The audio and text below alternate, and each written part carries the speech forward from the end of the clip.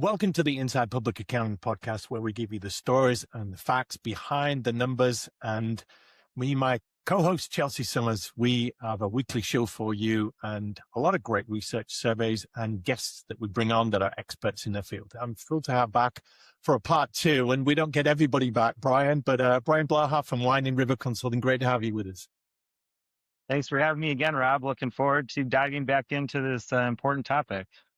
But we covered a lot of ground last time. Just sum up for us, Brian, because where we got to was that being independent as an accounting firm, it is a fight, but it is a choice and it is doable. But there are certain things you have to get ahead of to make that work. Just summarize for us where we got to.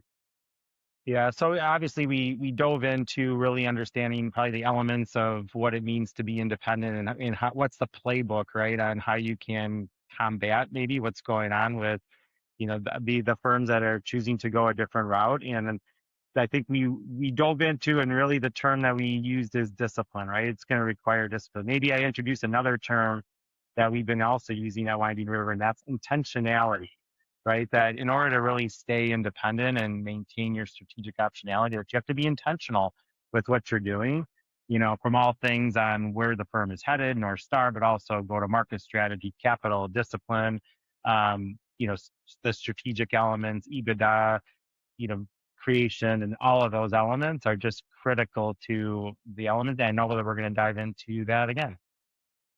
Tell us a bit about your heritage, Brian. You're very passionate about this, but what gives you the platform to speak with authority on these topics? Yeah, I spent 29 years at my previous firm at Whitfleet, and in a lot of different capacities. So I'm a CPA, kind of intern to C-suite type of road. So it's kind of the true American story, I guess, if you will. But it, started as an intern in Green Bay, Wisconsin, worked my way up. I really became passionate about go-to-market by industry because I was in our community banking practice almost my entire career. And so I saw the benefit of what focus meant when going to market. I had the opportunity to move to Chicago from Green Bay in 2011 and started an office de novo from scratch, in Chicago, which was a really interesting time, to grow in a market, building a team. I called it entrepreneurism at the time. Right. So, backed by a bigger firm, but that was fantastic. Had a chance to serve on the board at Whitfleet during that time. And then ultimately was given the opportunity by the former managing partner, Rick Dreyer, to take on the chief growth officer role. And I served in that role for 8 years. When the firm started off when the firm was 180 million, and we grew to 600 million over the next 8 years, and 40 acquisitions, organic growth strategies, build marketing, build sales, transform the firm's go-to-market strategy. So there was just a lot of experience there, and I'm thrilled to bring all that experience, frankly, to the profession and to the firms that are really trying to duke it out. Well, you've certainly got the track record. I'm reminded of the quote by Muhammad Ali. He said, "It ain't bragging if you've done it." And clearly you've done it. So that's great. We talked about enterprise value last time, and our viewers, listeners can check it out on part one of this interview with Brian. And we said why it doesn't equate necessarily with selling. One of the words that gets wrapped up with enterprise value is scale. Now, when we hear the word scale, just define that, Brian, because you're very good at referencing terms here. Yeah, sorry about creating my own dictionary.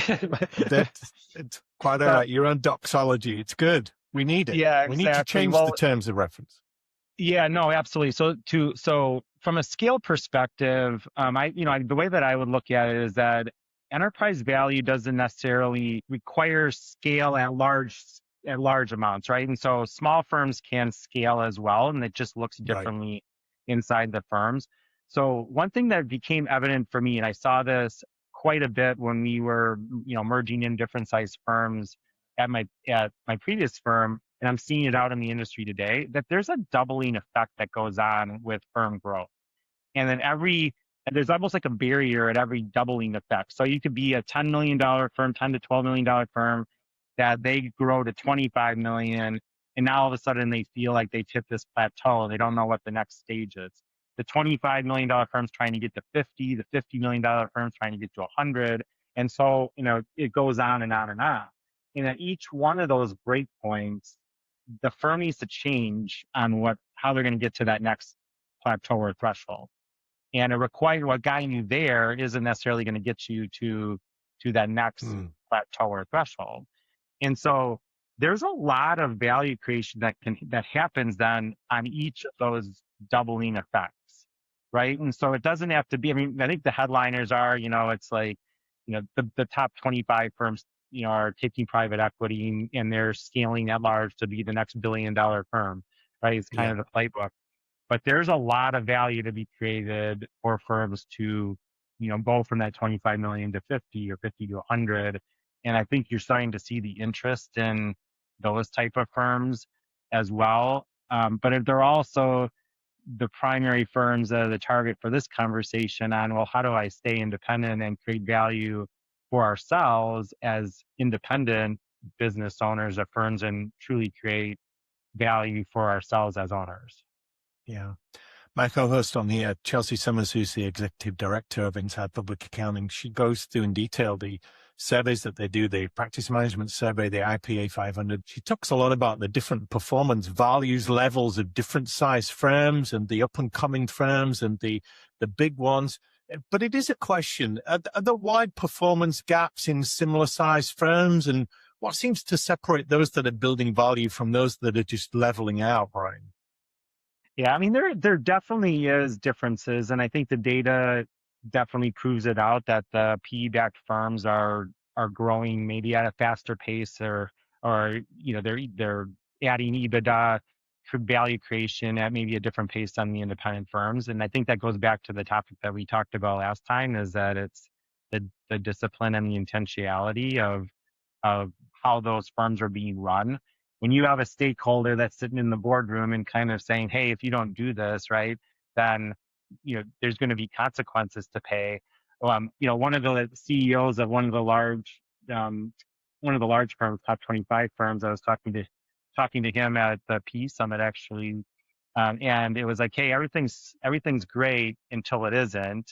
If you're growing, if you're meeting strategy markers, then there's not going to be too much conversation in the boardroom. Well, when you're not, then there is, and that's a different way, right? If you have someone looking over your shoulder. Now, theoretically, the independent firm does too, right? You have your partners that you are accountable for, but it doesn't come off the same way in a large way, right? And so I think it's that shift. So I think the performance gaps are really, showing up because of that third party kind of oversight that's occurring.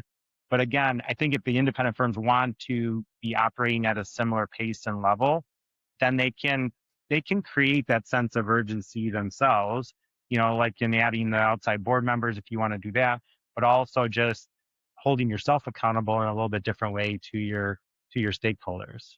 You mentioned oversight, which brings to mind the word governance. How important is that in this conversation, Brian? Yeah, I mean, I think governance is a huge thing, and we talk about all the different elements on how to grow enterprise value. The kind of the foundation to me is governance. So in that regard, it's do you have the right structure in place? Do you have the board that kind of separates the day-to-day of the business to the oversight and the strategic elements? I know it's one of the biggest shifts that we see firms make, is that we add the board as a governance layer, and then the board members are all partners. And we used to say, at my former firm, that it was like for 29 days of the year, you're the boss, and then you come into the boardroom and then they're your boss, right? And there is that element, but when firms first make that shift, a lot of times those board members bring their day job into the boardroom, and it's tough to take the priority that you have in whatever practice you're in or whatever off the table and look at the firm as a whole. And so I think it's incumbent of the managing partner, the CEO, to kind of set that guardrail, is to say, hey, when you enter this room on this day, you're a steward of the firm, and you got to bring that lens to every conversation that we have. Mm-hmm. When we did part one, Brian, I asked you to finish the show with the characteristics of the firms that are really driving that strategic optionality that you talked about, and strength of leadership came up definitely. And I didn't add it at the time, but I wanted to add leadership development as well, which speaks to succession because AI, which you've mentioned a couple of times, is stripping out that volume of entry level work that then creates the middle layer and the leaders of the future, and it gives them that acumen. So, talk to us about the role succession planning plays in enterprise value, particularly when the equity partners are aging, the buyouts are under pressure, the next gen leaders are not pushing through the way they used to. Yeah, I mean succession, and I think there's been a lot being said and written about this term, right? And it's like, hey, we're going to sell to private equity because we don't have succession in place. Really, what I think that is we're probably going to have to merge up, or either into a private equity backed platform, or frankly, an independent firm that has addition, looking for firms that you can find a home if that's your situation. Because a lot of times, if you don't have succession, nobody's going to invest in you to be the No. platform, right? Because you need to have that lifeblood. Firms that come to us and say, hey, we want to buy a firm in tax and accounting space, and we want it to have a young leadership team, and we want it to have a young team that we can grow with. And you're like going, well, that's going to be a diamond in the rough in a lot of cases if the firm haven't spent 3 to 5 years or more building that bench, behind the senior leaders. And I still think it's a super critical element. And it's not something you could just pick up day one. Most people wait too long for that conversation, Yeah. and so when we're advising firms, like, that always needs to be on the table. How are you developing that next layer of leaders? And this whole AI conversation is so interesting to me because people are like, well, we're gonna become so efficient because we're gonna implement all technology. And you kind of alluded to it, right? It's like, well, if you take the junior level off of it, and I think the AICPA is even using the term a diamond model. And to me, it's Yes. like going, well, the diamond model that can't work, because if you cut off the bottom, then 3 to 5 years, we're not going to have anybody to take the fat middle. So where are those people going to come from? Yeah. So I've been using more of a tower model, that it's like going, well, it probably is going to, come in at the bottom to some degree. We already see that happening. But if you don't build a strong foundation, a skyscraper type model, then where are going to be those next people that are going to take, the managers, the partners roles of the future? I'm glad I'm not the only one that mathematically sees the flaws in the diamond model when it comes to building the middle. So, quote from Winston Churchill for you, Brian. He said back in the days of war that the Soviet Union was a riddle wrapped up in a mystery, wrapped up in an enigma.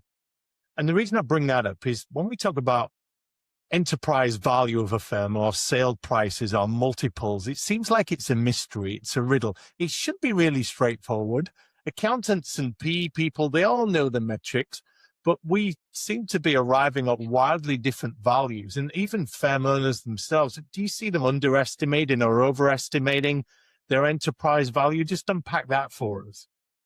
Yeah, so I mentioned the modeling that we've been doing with firms, and part of that is to understand, well, what are the elements that add up to this mystery EBITDA that firms Yes, articulate. And it is you a kind of mystery. normalize that for everybody. And we dive into the pluses and minuses, right? And so, when PE firms come in, they're going to look at probably two things initially: is the size of the firm and the EBITDA that they can generate, and determine what the starting multiple is. And then they'll adjust from there, right? The things like, are the go-to-market strategy, where are they from a technology investment? Do they have a lot of tech debt that needs to, be dealt with, upon? So they'll adjust the multiple based on all those different elements, plus or minus.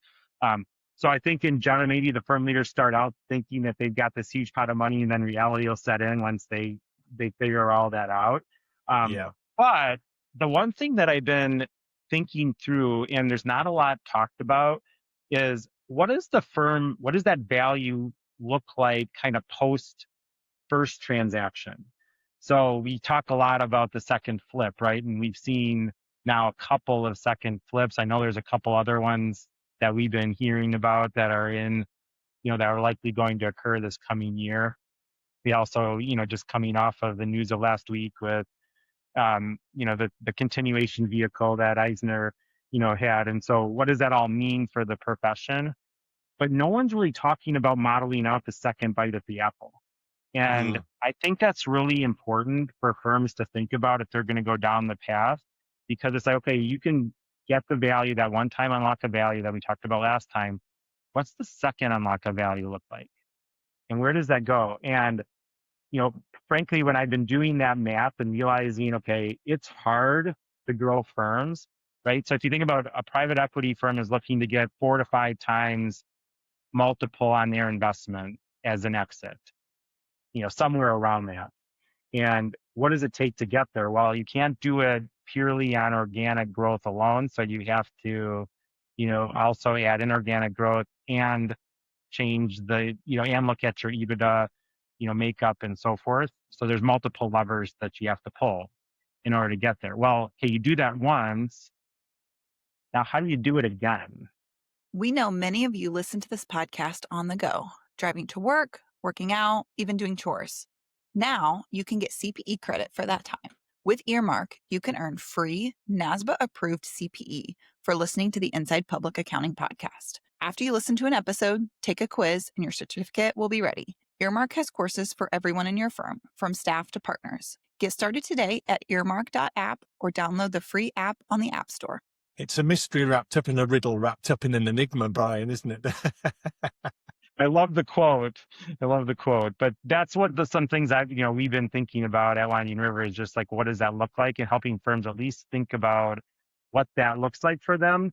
And frankly, what it does is it gives firm leaders a pause in many ways to say, okay, let's think about what that looks like for our future. And how does that help us with our thesis of strategic optionality? Mm. Let's start to land this plane, Brian. This has been a tour de force on the independence journey for accounting firms. If you were to rank 2 or 3 of the top drivers of enterprise value in today's accounting firms, what would they be? Yeah, I mean, obviously, inorganic growth gets the headline a lot of times, but I'm going to choose to put that one down below a little bit and really focus in and on one top line growth. So the organic growth formula, if you Yeah. will, as number one. I think, I mean, it's always been talked about, right? If you don't have growth, then you don't have a sustainable firm going forward. So I think that's definitely number one. Um, and then I probably would say, it's really the talent model and growing that next layer of leadership for the firm to be sustainable going forward. And that's all tied up into, the gross profit margin and what other investments. And then if I had to add a third in this environment, it would be technology and how are you going to navigate this, this push of AI into the profession. I think it's going to be really, really interesting to see how that all takes hold. And I think if firm leaders can really focus on those 3 things, and then take advantage of opportunistic M&A or really proactive M&A when it fits strategy, I think they'll have a really successful ride going forward. That's a really good list. Let's get practical because goodness knows you help firms, they need it. It's difficult to define what best practice is these days, Brian. Back before the pandemic, we could build 2, 3, 5-year plans, but these days 90-day plans get changed, don't they? You only have to see certain presidents going to war and changing the game as they go along. So if you advise in a firm, as you do, that wants to keep independence for the next 10 to 15 years, how do you start to talk to them about a roadmap? Yeah, I mean, obviously, I mentioned it before, but I always start out, let's talk about that North Star, because if you don't have that, I'm pretty big on that. But then you can, first part is let's make sure we redesign the economics of the firm, that we make sure we have governance in place, and what does our leadership development and succession plan look like? So if you can figure out those things first. Then we focus on partner alignment. I didn't mention this before, but I want to make sure I got it on the table. That partner alignment's really, really interesting. And it comes through when you look at it through a psychological lens, because partners bring their firm-wide view, but they also bring their individual view. And so a firm leader needs to navigate that. And that is squarely in that first part of the roadmap. If you can figure out that partner alignment, and once you can bring the partners along, even the ones that are closest to retirement, they also want to see the firm be sustainable going forward, and they're willing to take something off the table for themselves in order to make sure that that firm is going to be sustainable going forward. So that's kind of all in that first part of the roadmap. Then the second part is, okay, now that we have those things in place, let's make sure we have an organic growth engine that can really be, strategic and proactive going forward, and the building blocks of that. So that's kind of in the second phase to me. And then ultimately that last part is then to institutionalize that, so the firm can self-perpetuate itself going forward. So it's making sure that you're investing in the learning and development, that you're bringing people along in their career, that you're giving them the opportunities, all while I'll say threaded in a baseline or a foundation of infrastructure build. So, thinking about how AI technology, bringing on leaders, going through those stages, the barrier, those barriers that we talked about, those all have to be foundational elements and constantly be looked at as you go through your roadmap. Mhm. You've been very candid with your answers, Brian, and we sometimes get too close to our own reality. It's called proximity bias. You don't see it as it should be. You don't get that objectivity. Is there any hard truth or myth you think firm leaders are grasping that perhaps they need to be recalibrated on? Anything they don't want to hear, but they really need to when it comes to independence? That's a really good question. When I think about it, you constantly hear, well, this is the way that we always have done it. This is, and I would just Yes. say that, it's time to break the old models. Come on. It's, you constantly say, well, only CPAs can hold those positions. Well, why? It's like almost asking yourself every time someone brings up a hard truth question like that, ask yourself, well, why? Why does it have to be that way? And I've always kind of used the element of kind of flipping the script when you hear kind of well, we can't do that because this is the way we always have done it. Use the term, well, what would have to be true in order for me to make that happen? Right. It totally reframes the question, and then it kind of opens up the possibilities of what can be true going forward.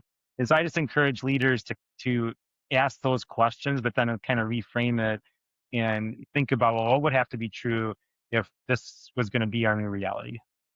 Yeah. Well, last question, Brian. Let's say I took you out of consulting and back into a firm, and I parachuted you into a $20 to $50 million firm, and your primary objective was to increase enterprise value, regardless of the exit plan. What would be your first 2 or 3 moves? Yeah, and I guess I probably already talked about that. One, I'd look at just what the overall governance of the firm was to make sure that was strong and foundation. We had the right leaders in place. But then I would look at all of the strategic building blocks of what the firm has. What are those unique things that the firm has that we can lean into and invest in? Because I don't The points necessarily of differentiation, aren't they? they are, and every firm has them, but they're kind of always underdeveloped in many ways. And so it's like, Mm. okay, what are the things that this firm can be known for? And there's always like a niche or an offering or, some unique technical aspect that the firm, really can lean into. And then once we have that, then it starts to me, lay out the roadmap of how we're going to grow and scale this firm. I mean, frankly, that's what we're doing at Winding River. Mentioned Gary Seamus and David Toth on the last call. That's what we're doing. We have a firm, we have a professional service firm too, and we're looking at, well, how do we scale this into a business? And it's really no different than the firm leaders.